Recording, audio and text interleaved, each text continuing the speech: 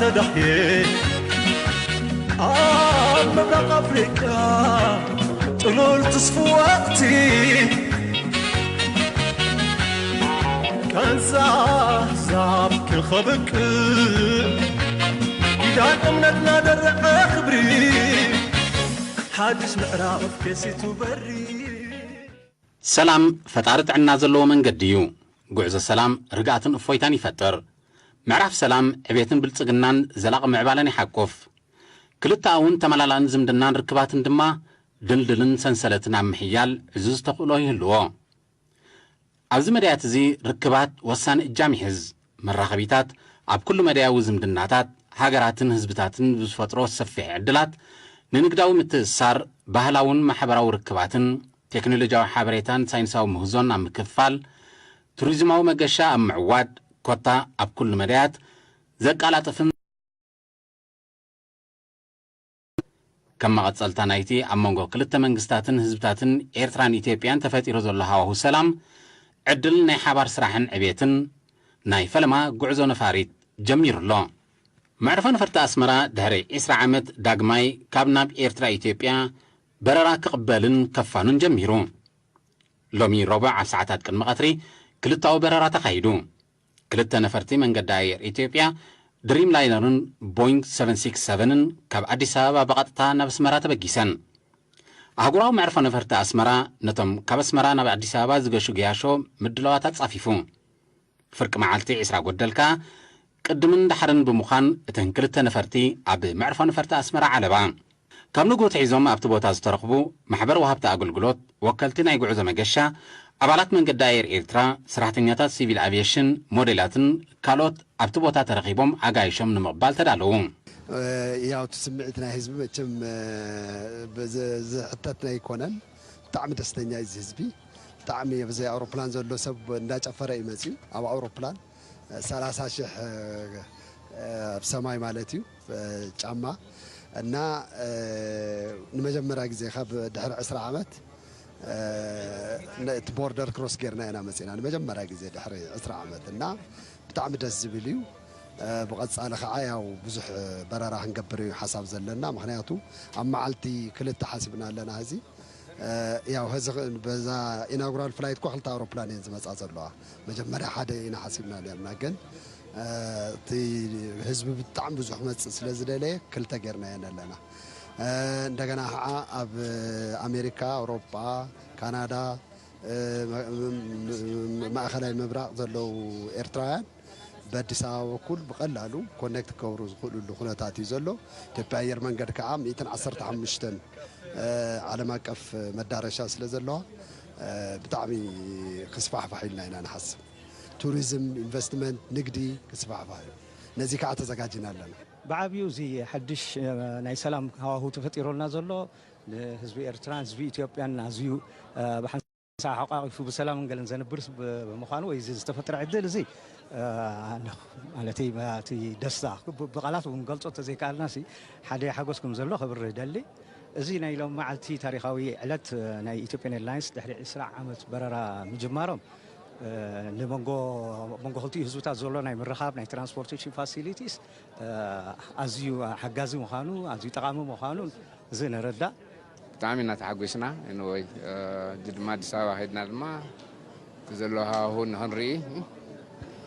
زلوها هو هنري نروعه معلتي زخد زلو سنبت كملسه لما انتي قدمو كل امت اكسايتد يخين بتاعي سو تهوا هو نايتي سلام دمان كلنا صبو نديو سو وا سلام كابهالو انه صراحه خفتيو ايكونومي نتعملنا يو كوا غسنا نولو ማለት ንእሽተይ ከለኹ መጽ ካብ ኢትዮጵያ ሻባይ ክፍለ ከለኹ ናብ ስመራ መጽ ካብኡ ምስ ስድራይ መጽ እጅኻ ሕዋት ያለው ናብኦም ዝኸይደለኹ እጅብ ጣዕሚ ማለት ተሓግሰለኹ በጣም ተሓግሰለኹ ንሶም ከዓ በጣም ተሓግሶም አለው ጽበዩንለው በቃ ሕጉስተ በጣዕሚ በቃ ንሁላትኩም ስፈተውኩም أتن حد ساعات برراب بمكياد أب أهجراو معرفة نفرت أسمراز بتصحى من قداير إثيوبيا ክቡር ቀዳማይ ሚኒስተር ምስ በዓልቲ ቤቱ ወይዘሮ ሮማን ተስፋይ ኣብ ቤት ጽሕፈት ቀዳማይ ሚኒስተር ወፃኢ ጉዳያት ሓላፊ ፖለቲካዊ ጉዳያት ፕሮፌሰር ኣፈወርቅ ካሱ ኣቶ ተወልደ ገብረ ማርያም ሓለቓ ጠቕላላ ቤት ጽሕፈት መንገዲ ኣየር ኢትዮጵያን ሰብ ጸጋ ንግዲ ስነ ጥበበኛታት ጋዜጠኛታት ኣዋሃድቲ መደባትን ካልኦት ስድራ ቤት ንምብጻሕ ዝተበግኡ ኣጋይሽ ነበሩ ኣብቲ ኣህጉራዊ መዕርፎ ነፈርቲ ሚኒስተር ጉዳያት ወፃኢ ኤርትራ ኣቶ ዑስማን ሳልሕ ዝርከቦም ላዕለዎት ሰበስልጣን መንግስትን ግንባርን ተረኺቦም ድሙቕ ኣቀባብላ ገይሮምሎም ጋዜጠኛታት ኣገልግሎት ቴሌቪዥን ኤርትራ ካብ ንግሁ ነቲ መደብ ንምክትታል ሃዋህው ሰላም ምዕባለ ብልጽግናን ሰናይ ጉርብትናን ብዓብዩ ውዕውዕ ስምዒታት ቀሪጾም ኤደን ብርሃነ በሃል ኢቢኤስ ቴሌቪዥን ኣብ ኢትዮጵያ ጋዜጠኛ ኣነ ብንእሽተይ መፀ ነይረ ጉዟችን ጎዞና ጥቡቅ ነይሩ ሰብ ኩሉ በአማርኛ ሰው ሁሉ በጣም በጉጉት ነበረ አውሮፕላን ውስጥ እስከሚያርፍ ራሱ አልጠበቀም አውሮፕላን ውስጥ ቆሞ ነበር የተሳፈረው በጣም ለበረራ አስተናጋጆች ራሱ በጣም አስቸጋሪ ነበር ከዛ ደግሞ ካረፍን በኋላ ያው እንደምታየው እያለቀሰ ብዙ ሰው በዛ ላይ ደግሞ ተሳፋሪው ኢትዮጵያዊም ኤርትራዊም ብዙ አመት የተነጣጠለ ብዙ አመት የማይተዋው ማለት በአካል የማይገናኝ መገናኘት ከፈለገ ወይ ኢትዮጵያ ወይ ኤርትራ አይደለም የሚገናኘው ሌላ ሀገር ሄዶ የሚገናኝ ስለዚህ ይሄ ማለት በቃ ትልቅ ምዕራፍ ስለሆነ ሰው በጣም እጅግ በጉጉት በደስታ በለቅሶ ነበር እንግዲህ የነበረው እኔ ራሱ ሳለቅስ ነበር አብሬ ጠቅላላ ህዝቢ ካብ ቆልዓ ክሳዕ ዓብይ ክሳዕ ሽማግሌ ክሳዕ ዘይተሓጎሰ ብዙ የለን ሙሉ ተሓጓሲ ዘሎ ሙሉ ኢትዮጵያ ሙሉ አዲስ አበባ ሙሉ ብዙ ዘይተሓጎሰ ህዝብ ኣሎ ዘይተሓጎሰሎ አይብልን ሙሉ ተሓጓሲ ዘሎ ሙሉ ተሓጓስ ምክንያቱን 20 ዓመታት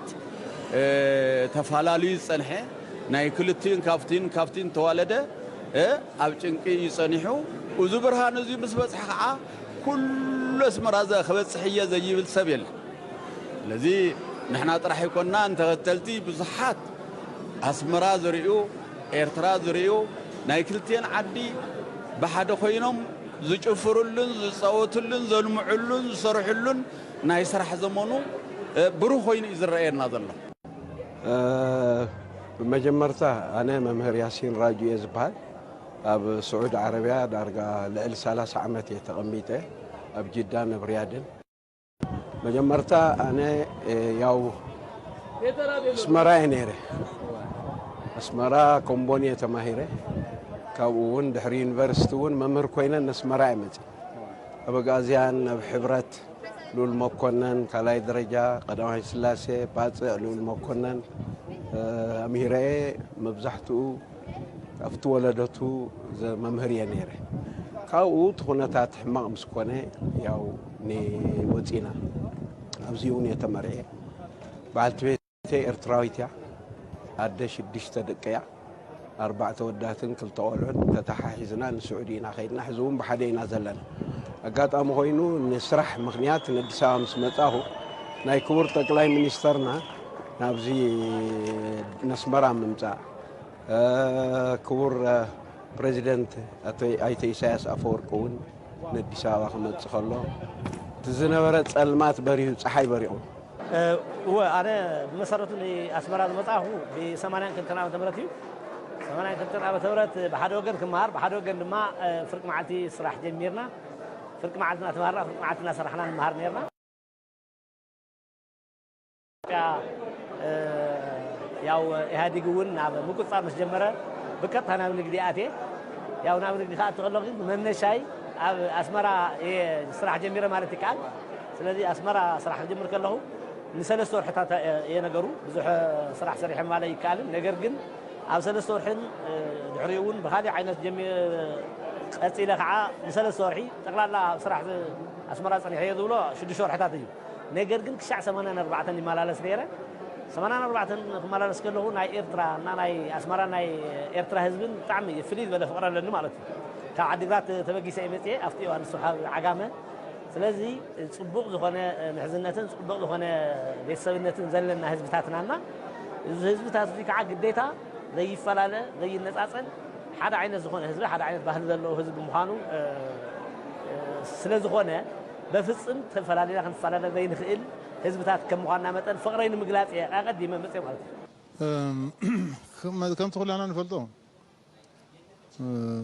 بمسألته دق حد سبعي دق حد سبيتي حد بدمن بعزم سر حزب ኢትዮጵያ ህዝብ ኤርትራን ክፈላለ በጣም እንዲ ዘይነብር ግን ብዙخነ አጋጣሚ ተፈላልዩ after ምፍልላይ እዋንካ ተብዚ ዘሎ ይኮነን ዝጉዳ ተፍቲ ዘሎ ይኮነን ዝጉዳ ኩሉ ይዝጉዳ ናታ አነ ተጥዕምንስ ሃይኸፈከን እንደሕን ስኻድ ሓን ኮይንካ ነው ይኸፈን ኣብዞን ካና ዓገተት እንተ አነ after ኮይነን እንተ ግን حسبوት انت سانكا غربت تبلع عمره كان تقصل قندا يتقبر زين مسرا ولت لي هاينا انا ابعد من سنتي كاصوتا راح تمرعنا ممهرتينا يرا مسدات صاويتنا ليش يقول عنها اللغه على حدا بزعد ما يجيك اقن وندلات يحسب تسكن حدا لي بلاينا حسوم نيرو حلف مسؤولنا بتقولوا كمتي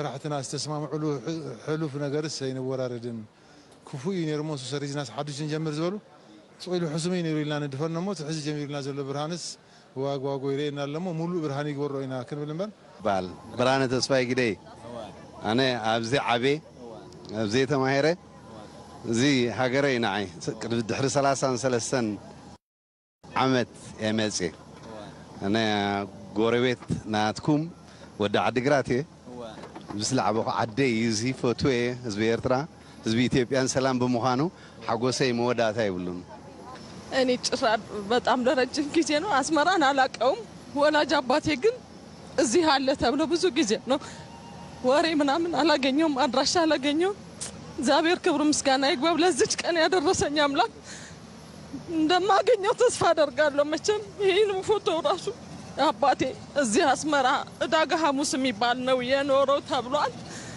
እንግዲህ አበበ ግርማይ ተፈሪ ይባላል የመጀመሪያው አይሮፕላን ሲጀመር የመጀመሪያው አብዬ ስለት ለእግዚአብሔር አድርሼ ነበር ለዚህ ስላደረሰኝ እግዚአብሔር አመሰግነዋለሁኝ ሁላችሁም በጸሎት እርዱኝ 40 አመት ከአባቴ ጋር ተገናኘንም 40 አመት በጣም ረጅም ጊዜ ነው ሱዳን አለ ተብሎ ሱዳን ድረስ ሄድኩኝ ፍለጋ አላገኘሁትም አና አስመራ አለ ተባለ በደርግ ጊዜ ልመጣ አስመራ እየተደበደበ ነበር ኤርፖርት ከቦሌ ከአይሮፕላን ላይ ወረድኩኝ ከዛ ግን ምንም አለ ይባላል የ93 ነበር ተባለ ከዛ በኋላ ግን ምንም ወሬውን እናገኝ አልቻልንም ዛሬ እንግዲህ እግዚአብሔር የተመሰገነ ይሁን ለዚች ቀን ደርሻለሁኝና እግዚአብሔር ይረዳኛል ብዬ አስባለሁ እግዚአብሔር ይቻለዋል እንደምታገኙ ተስፋ ነር ሳኖ ለእግዚአብሔር የሚሳነው ነገር የለም ስለዚህ ተስፋ አደርጋለሁኝ አመሰግናለሁ በዚህ አጋጣሚ እዚህ استسمعني حጎስ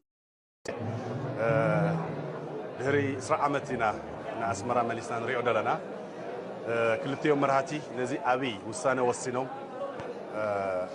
እዚ ሰላም እዚ ክመጽን ከሎ ብምሉእ ህዝቢ ኢትዮጵያ ህዝቢ ኤርትራውን ከምቲ በሚዲያ ዝራናዮ አዚ ዝተሐጎሰሉ አጎሱ ናጽነቱ ዝገለጸሉ እዋን ይነሩ በዚህ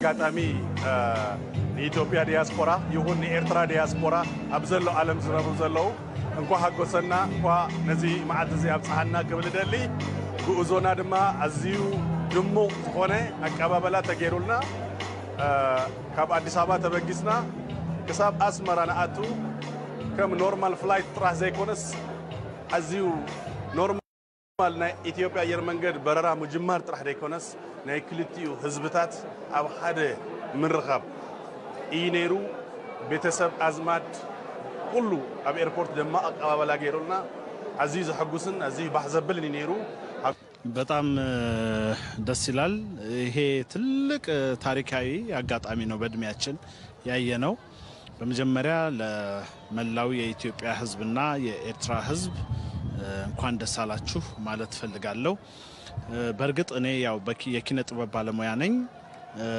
የኪነ ጥበብ ባለሙያው ይህንን ነገር ለረጅም ዘመን ሲመኘው ሲያስተላልፍ ኖሯል እኔ ሁለቱን ህዝቦች ማየው እንደ ሁለት ጎረቤታሞች ሆነው ህፃናቶቹ ልጆቹ እየተዋደዱ ቤተሰብ ለቤተሰብ ትንሽ የተቀያየመ ቤተሰብ ለቤተሰብ ይጣላል አንዳንድ ጊዜ ልጆች ይዋደዱና እዛ ቤት እንዳትሄድ እዚህ ቤት እንዳትሄድ ተብሎ ይከለከላል ግን የሚዋደዱት ህፃናቶች በአጥር ተንጠልጥለውም በምንም ያንን እዛ ቤት ያለውን ነገር ማየት ይፈልጋሉ እንደሱ ነው የኖር ነው። ህዝቡ በአጥር ተንጠልጥሎ ሲያይ ነው የኖረው።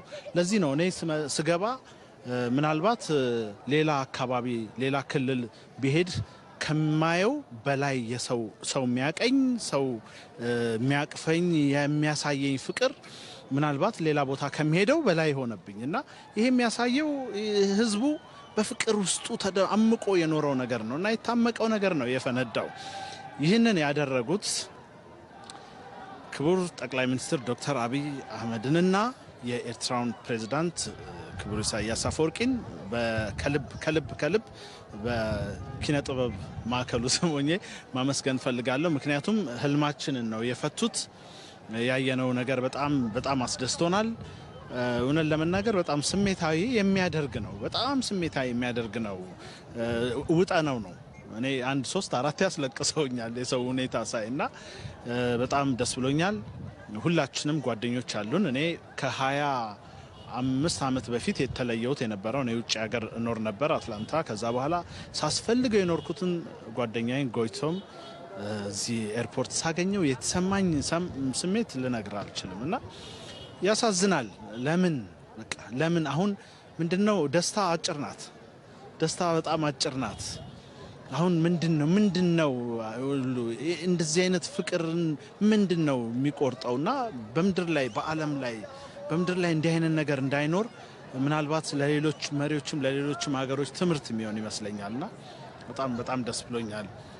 የኪነ ጥበብ ሙያ ውስጥ እኔ አብርሃም አፈወርቂ ጓደኛዬ ነበረ ዲሲ ያለው በጣም ነው ማዝ ነው። አብርሃም ይህንን ቀን ማየት የነበረበት ትልቅ ሰው አብርሃም አፈወርቂ ነበርና በጣም ነው ማዝ ነው። በዓለም ላይ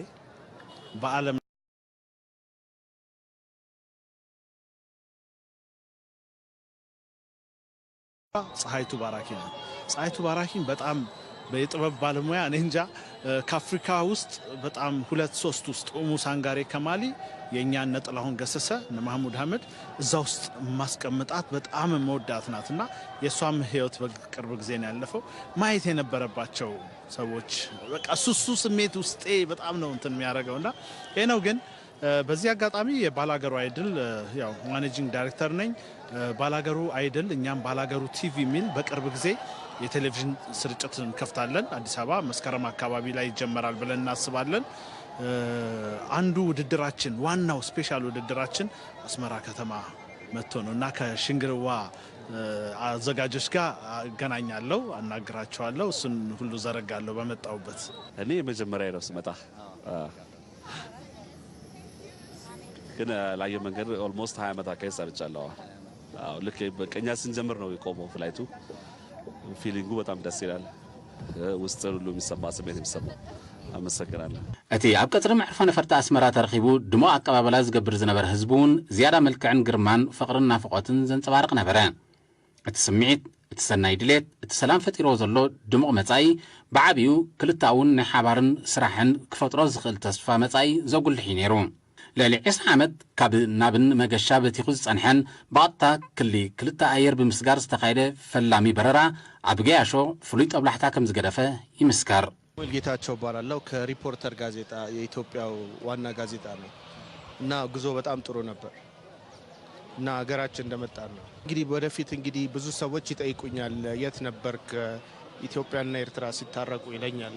በኢትዮጵያም ኖርኩኝ ኤርትራም ኖርኩኝ የትም ኖርኩኝ እና እኔ ግን በደስታ ነው አስመራ ነበርኩ የምነግራቸውና ይሄ እንግዲህ ዓለም አንድ የሆነች እያለች ኢትዮጵያና ኤርትራ ምንም የተጣላ ነው ብዙዎቻችን አይገባንም፣ ጥሉም አይገባንም፣ የሞቱት ሰዎችም አይገባንም እና በጣም ደስ ብሎኛል። እሺ እኔ ስሜ አብዱራህማን መሐመድ አደን እባላለሁ። ከጅጅጋ ሶማሌ ክልል ዋና ጅጅጋ ነው የመጣሁት። ጉዞ በጣም ደስ የሚል ጉዞ ነው። የሰላም ጉዞ ነው፣ የፍቅር ጉዞ ነው። አገሩን ስገባ በጣም አለቀስኩኝ። ሰው ፍቅር እንዳለው እንደተደሰተ በጣም ተሰማኝ እና ለአብይና ለአቶ ኢሳያስ በጣም ለነሱ ብዬ ነው የመጣሁት። ለምን እነሱ ይሄንን ድንበር ሰበሩና ፍቅር አመጡ ሁለታቸው። ለዛ እኔም ለዛ ብዬ ነው ለዛ ጉዞ ነው የመጣሁት። የመጀመሪያ ጊዜ ነው አስመራ እሰማ ነበረ። ጥሩ ናት አስመራ፣ ንጹህ ናት፣ እንዳየኋት ናት እና በጣም ደስ አለኝ።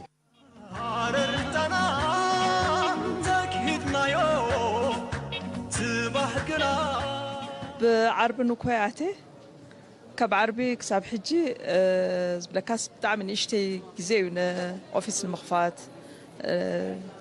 نزغل نقرن مغرب جن كم زي عينات متحبة الرئي فلتن بإيرتران إيرلاينز يكون سيفل أفيشن يكون بنك بخلو زي حنت شكر كل نقر كفي تودي سلسة معلتي علامانا فلايتنا هنجمرينا كمتي دكتور عبين بريزيدنت إساس زبالو كلنا حدا استكم زهنا حدا حوات حدا حزبي حدا حوات كم زهنا قال لي تصمولو بزي فيزا بزي كفلتنا فيزا $100 نبرسو سجرمو يا ويب جرمو بزي نيرترا إيميغريشن أبا أديس أباهم كم جرمولو كسب حجي انتاي زي مسيم دلو بمنقدهم زم حجي خدلو بزا قدامي نفاريت بمنقدهم زي متصوز تجبر نجارات ديو زتوادة تسرح بوقع الجمرة دي ويس كم يدله نو جنا نحنا بوقعي جمرنا نزجر مكة جنا أوفيسنا دا قرب لنا كنت مالي زرخبنا حبريتا جن تهزبسي ببعلو تودي بمتي زلا نحنا بزجبرنا كنا حنا هنجمر كلنا مرق تانية كتير حافو ملو زي إيربورت خمس مل حراي مو زي سلام زي تفاتير دلو كنتات نزي سرح كي نعخي كمي عينت بايتاي يكون كمي عينت تتصبي بحجي زلو كنتات إذا حتى زد لي كنا كاب تحقوسي نلعلس منهم كقلص أزخال نجاري اللي بتعمي تحقوسي زلو ناس ولا حنتي تحرجس منهم عين الشكر كم زي هلو الرجاجيت إيه أبى أدي سبعة زوجي شندل لقداي أدي ولاديتي أدي سبعة دلا كابزلي أخا 10 عامات كيره دهر 10 عامات نهري حج صحيح لكم عارفين سلزي تليفون تراخيبنا هنا كنا محجونا بزوج شيء زين خبأ بالتليفون باكل كن رخيبة فلت عليه هجي ولاديت المرأي عدل تراخيب له دحل ولاديت المرأي كعني كم عدي منها كيد نسبة أنا بقول لك عدلني عيب تعمي نخامي دعم السلة نافقتنا يده بتروس كتير دالي ذا لحد نجار له كب عركي كفتاوي خد في الليل نحن بحكي خبيك كون دخل بالدمارتي كم عند عدو زعبيت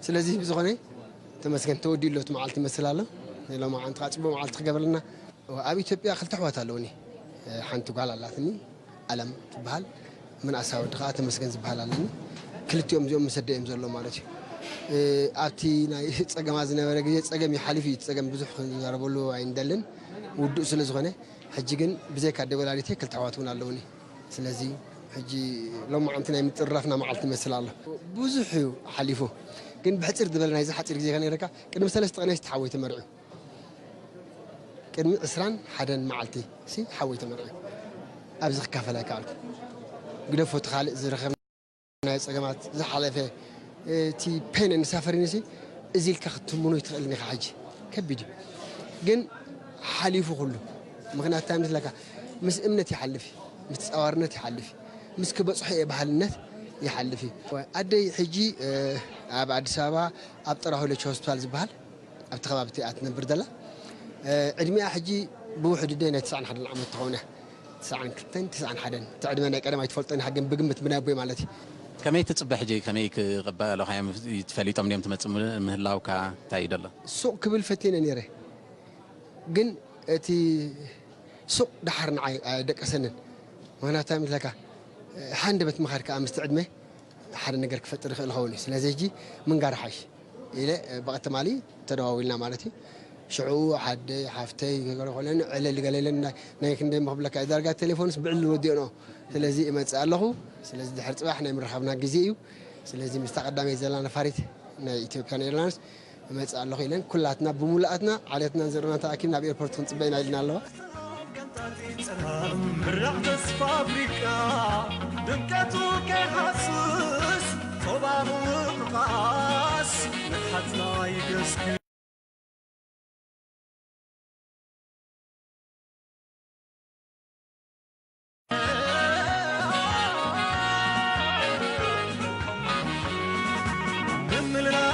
كعبة شاي بحرير بابور مدرسة ماي وسعت ناصر الرعاد سناي وحدتي حيلي بعزوم السناي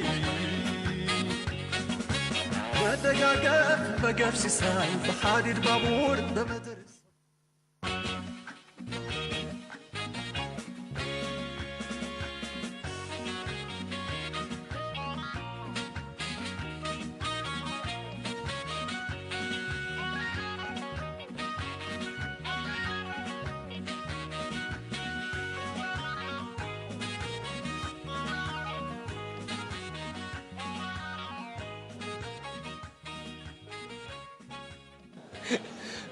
የመጣሁት እንግዲህ ይሄ መጀመሪያ ከአስመራ ከአዲስ አበባ አስመራ የመጀመሪያ ፍላይት ነውና በዚህ ታሪካዊ ቀን አጋጣሚው የተገኘው የቢዝነስ ዴሊጌትስ የመጡ አሉ። በኤርትራ ያለ የኢንቨስትመንት አማራጮችን እድሎችን ለማየት ከተዘጋጀው ግሩፕ ጋር ነው የመጣሁት እና አንድም እንግዲህ ስንነሳ የነበርንበት አካሄድ ከኢንቨስትመንት ጋር የተያያዘ ምን የኢንቨስትመንት አማራጮች እዚህ አሉ። ስለዚህ አገራችን ስለሆነ እዚህም ኢንቨስት ማድረግ የምንችላቸው ምክንያቱም ኢትዮጵያ ላይ በተለያዩ ሁኔታዎች ላይ በኢንቨስትመንት እየሰራን እንገኛለን። ስለዚህ በዛ ረገድ ነው መጀመሪያ የመጣ ነው። ግን ዋናው ከወንድሞቼ፣ ከእህቶቼ፣ ከአጎቶቼ፣ ከአክስቶቼ በቃ ከራሴ ህዝብ ጋር ለመገናኘት ይህንን ታሪካዊ አጋጣሚ በቃ እንዲያልፈኝም ስላልፈለኩኝ በጣም በርካታ ስራዎች ቢኖሩኝ እንኳን የቀረው ይቅርብዬ ነው የመጣሁትና አሁን ስመጣ እኮ አልተረጋጋውም። በቃ ውጭ የነበረው ነገር እንጃ በቃ በቃላት መግለጽ የሚቻል አይደለምና በጣም ደስ ብሎኛል። በጣም እግዚአብሔር ያክብርልኝ። በጣም ደስ ብሎኛል። አዎ እንግዲህ አሁን አርትና ቢዝነሱ መሰረታዊ ጉዳይ ቢሆንም ሁለቱ ህዝቦች እኔ ለምሳሌ ጓደኞቼ ያሉ በቅርብ ያሉ አብሮኝ ያሉ በጣም የቅርብ ጓደኞቼ ሁለቱም ሚስቶቻቸው ኤርትራውያኖች ናቸው እና ሁለቱ ቤተሰቦች ተለያይተው ያለውን ችግር የነሱን ያህል ሆኜ አውቀዋለሁኝ። የነበረው ነገር ልንለያይ የማንችል ህዝቦች ተለያይተን በማይሆን አስተሳሰብ ውስጥ በማይሆን የፖለቲካ አስተሳሰብ ውስጥ ተለያይተን የነበርንና በዛ ውስጥ የተጎዱ በጣም በርካታ ሰዎች አሉ። እነሱን ደግሞ በቅርብ ሆኜ ሁሉ አውቃለሁኝና ይህ ሰላም መምጣት ማለት በእንትን ብቻ የሚታይ አይደለም።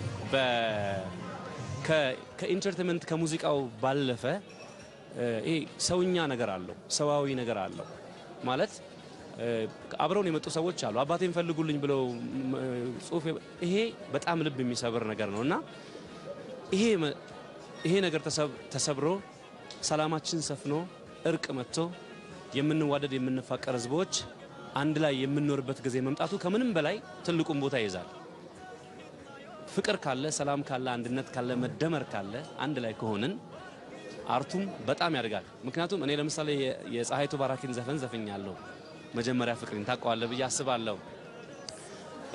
በመላው ዓለም ዞራለሁ በሙዚቃ ስራዬ ላይ ከኦልሞስት ግማሽ ወይም ከዛ በላይ የሚሆነው ኤርትራውያንስ ናቸው የሚመጡት። አውቃቸዋለሁ። ብዙዎቹ ጓደኞቼ ናቸው። በጣም ብዙ ወዳጆች አሉኝ እና አርቱ ሁለቱ እንደዚህ የተያያዙ ነገሮች ናቸው። በተለይ ደግሞ ኤርትራውያን ለሙዚቃ ወይም ለአርት ያላቸው እንትን በጣም ከፍ ያለ ነው።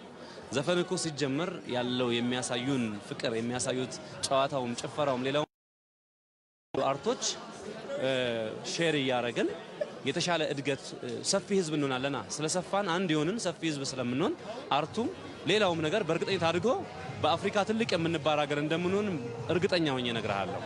በጣም አመሰግናለሁ። አዎ በዚህ አጋጣሚ ግን እንደው መጨረሻ ላይ እኔ ስመጣ እዚህ ጥቂት ማቃቸው ወዳጆቼ አሉ። እነሱ እንደሚኖሩ እርግጠኛ ነበርኩኝ።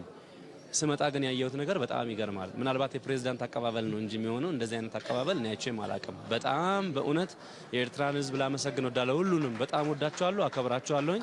እግዚአብሔር ይስጥልኝ። ደግሞ እናንተም እዛ ስትመጡ እንዲሁ ለመቀበል ያብቃን። አመሰግናለሁ።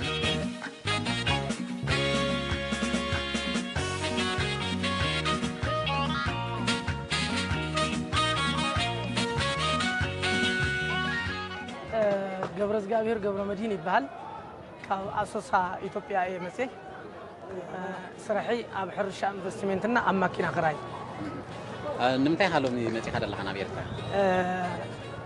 ከም ትፈልጥዎ ኤርትራና ኢትዮጵያ ን20 ዓመት ካብ ዝኣክል እዩ ተቋሪጽ ጸኒሑ ኣነ ካብ ኤርትራ ካብ ዝፋለለ 23 ዓመት እየ ስለዚ ኣብ ኤርትራ ዘሎ ቤተሰብ ኣቦታት ሓውቦታት ማትነታት ሕዋት ኩሉ ንምጥያቅና ዘሎቲ ናይ ኣካባቢ ኣብ ዛዕባ ኢንቨስትመንት ብስራሕ ቢዝነስ ጉዳይም ንምርኣይ ክሳብ ወደብ የመጽ ሕጂ እንታይ ዓይነት መጽናዕትታት ክትገብር ኢኻ ኣብዚ ኣብ መኪና ክራይ ኣብ ሕርሻ ኢንቨስትመንትን ኣብ ካልእ በተለይ ኣብ ኤርትራ ብጀርዲን ብመስኖ ብዙሕ ስራሕ ይስራሕና ኣብ ኣሶሳ መስኖ ኣይተስፋሕፍሕን ካብዚ ናይ ኣትክልትና ፍራፍረ ናይ ቬጅቴብል አዝርእቲ ንምውሳድ እውን በዋናነት መጽ ደስ ስላለና ዛሬ አዲስ መስመር ስለተከፈተ ኢትዮጵያና ኤርትራ የተገናኙበት የታረቁበት የእርቅ ቀን ስለሆነ በጣም ደስ ብሎን ያን ለማክበር ነው የመጣ ነው።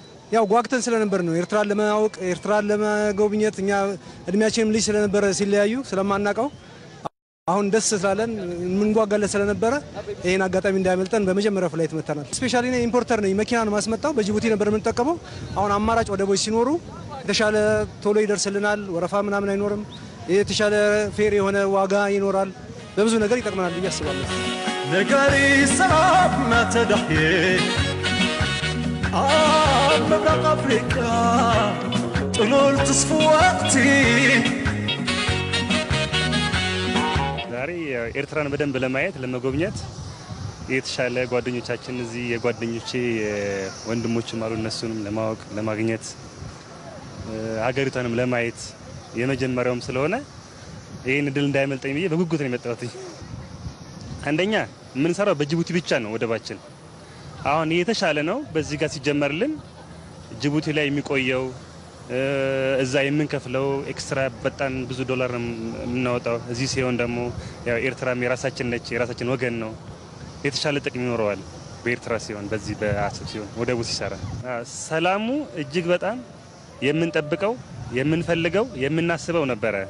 እንደዚህ ባጭር ጊዜ ደግሞ በ3 ወር ውስጥ እንዲህ አይነት ነገር ይመጣል ብዬ አልጠበቅኩም። እኔ በጣም ከምነግር በላይ ነው ያለው ደስታዬ ከውስጥ በጣም የመነጨ ነው። እየጨፈርን እየዘፈንን የኤርትራ ሙዚቃ ከፍተን እየተጫወትን ነው የደረስነው። በጣም ፋብሪካ አለኝ አዲስ አበባ። ምን የሚሰራ ፋብሪካ? አልኮል እና አልሙኒየም ፋብሪካ አለኝ። ኦኬ። ለምንድን ነው ወደዚህ የመጣው? ዘመዶች አሉኝ፣ እነሱን ፍለጋ ነው የመጣው። አያቴ ኤርትራዊ ነው ግን ያለበትን አላቅም፣ ገና ፍለጋ ነው የመጣው። እዚህ እንትን ነው የሚኖሩ ከረን ነው የሚኖር። ኢትዮጵያ ውስጥ ሰላም አልነበረም። አሁን ሰላም ከመጣ በኋላ ግን ቢዝነሳችን ጥሩ እየተንቀሳቀሰ ነው። ኢቭን መንገድ አሁን እኛ ኮንቴነር ከጅቡቲ የምናስመጣ በረብሻ ምክንያት ይቆም ነበር። አሁን ግን በተባለው ጊዜ ይደርሳል፣ ሮ ማቴሪያል ማለት ነው። ሁለተኛ እድሉን ካገኘን ሲስተር ካምፓኒ አስመራ መክፈት እንፈልጋለን። ሐሳባችን ናይሮቢ ለመክፈት ነበር። አሁን ግን ሙሉ ለሙሉ ከርቁ በኋላ ማለት ነው እዚህ ሁለተኛ ሀገራችን ላይ መጠን ለመክፈት ነው የፈለግነው። ኢትስ አሜዚንግ። ገኔ ካሁን ነው የመጣሁበትም ሪዝን ያው በቢዝነስ አይን አስመራንም ማይበት በቤተሰብ አይነ ደግሞ አስመራንም ማይበት መንገድ ለማየት ጭምር ነው የመጣሁት። ስለዚህ በቅርቡ አንድ ቢዝነስ ሴንተር እዚህ ይኖረኛል ብዬ አስባለሁ። ያንንም እንግዲህ የሀገሪቱ ፖሊሲ ምን ይፈቅዳል ምን ያሰራል የሚለውን ነገር ማየት ፈልጋለሁ። በዚህ ያው የቢዝነስ ፎረም አለ። ስለዚህ አንዱ የቢዝነስ ፎረማችን እርስ በርስ እኛንና ኢትዮጵያውያንና ኤርትራውያን የሚያስተሳስረን ስለሆነ ስለዚህ ይሄ ትልቅ ታሪካዊ አጋጣሚ ነው። እንደ ቢዝነስማን ደግሞ ለኔ በጣም ጥሩ አጋጣሚ ነው። ያው ለመጀመሪያ ጊዜ ነው ስመጣ አስመራን ለማየት ከህዝቦቿ ጋር ናፍቆታችን ለመወጣት ያለው የሰላምና የእርቅ ሁኔታ በአንደኛ ደረጃ በአንደኛ ባህላችንንም ያለንን እርስ በርስ ባህላችንን እናስተዋውቃለን ለዓለም ህዝብ። የኤርትራ አርቲስቶች እኛ ጋር መጥተው ይሰራሉ። የኛ ሙዚቀኞች እዚህ እየመጣን መድረክ እንሰራለን፣ ኮንሰርቶች እንሰራለን ብዬ አስባለሁ። አስመራ ውስጥ ለመጀመሪያ ደረጃ መጀመሪያ ማየት ነው ፈልገው አሰብን፣ ምጽዋን ሁሉንም በስም በማቃቸውን በአይኔ ለመመልከት ህዝቦቿንም ለመተዋወቅ አድናቂዎቼንም ለማግኘት ከድሮ ጀምሮ የሚደግፉኝ ብዙ አሉኝ እዚህና ወገኖቼ ናቸው። ከዛ በመቀጠል በኢትዮ ኤርትራ እርቅ ዙሪያም አርቲስቶች በፊልሙም በሙዚቃውም ለመስራት ተዘጋጅተናል። እንግዲህ አዲስ ዓመትም እንግዲህ እግዚአብሔር ከፈቀደ አዲስ ዓመት ኮንሰርት እንሰራለን። እናመሰግናለን። ዜማችን ቋንቋ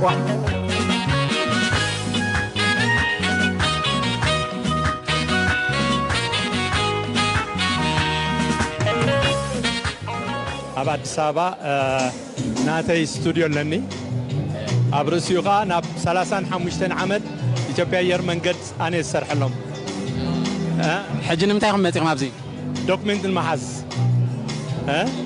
ታሪክ ንምሓዝ ንኣየር መንገድ ናብ ኤርትራ ቅድሚ ሕጂ መፂኹም ትፈልጡ ዲኹም ኣነ ብመሰረቱ ኣስመራ ዓብየ ኣብ ዕዳጋ ዓርቢ ወዲ 12 ዓመት ከለኹ ፎቶ ብሩኒ ሕጂ ዙላ ዘሎ ኣብኡ ሰርሕ ነይረ ወዲ 20 ዓመት ምስ ኮነኒ ኸ ኣዲስ ኣበባ ጣልያን ዝዘገኦም ኣብኡ ዝነበሮም ፌስቲቫል ወሲዶምኒ ክሳብ እዋን እዚ ብስእሊ ሞያ እየ ዝሰርሕ ስለዚ ዕዳጋ ዓርቢ ቤተሰብ ኣሕዋትይ ኣለዋኒ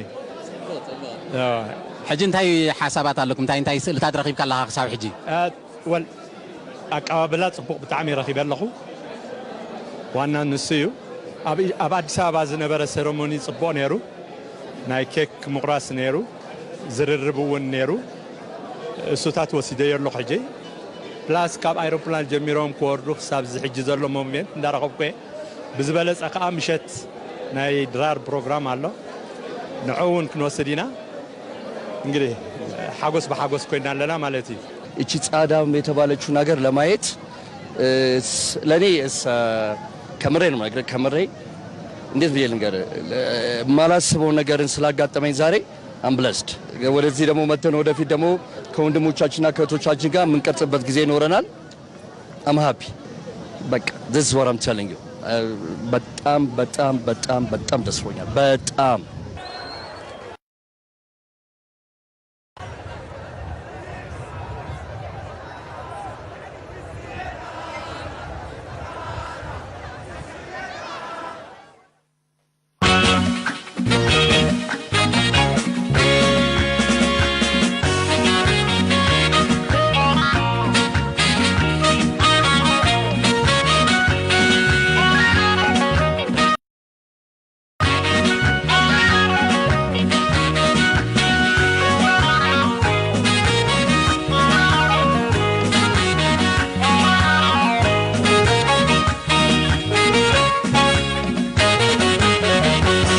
نقاري سلام ما تدحي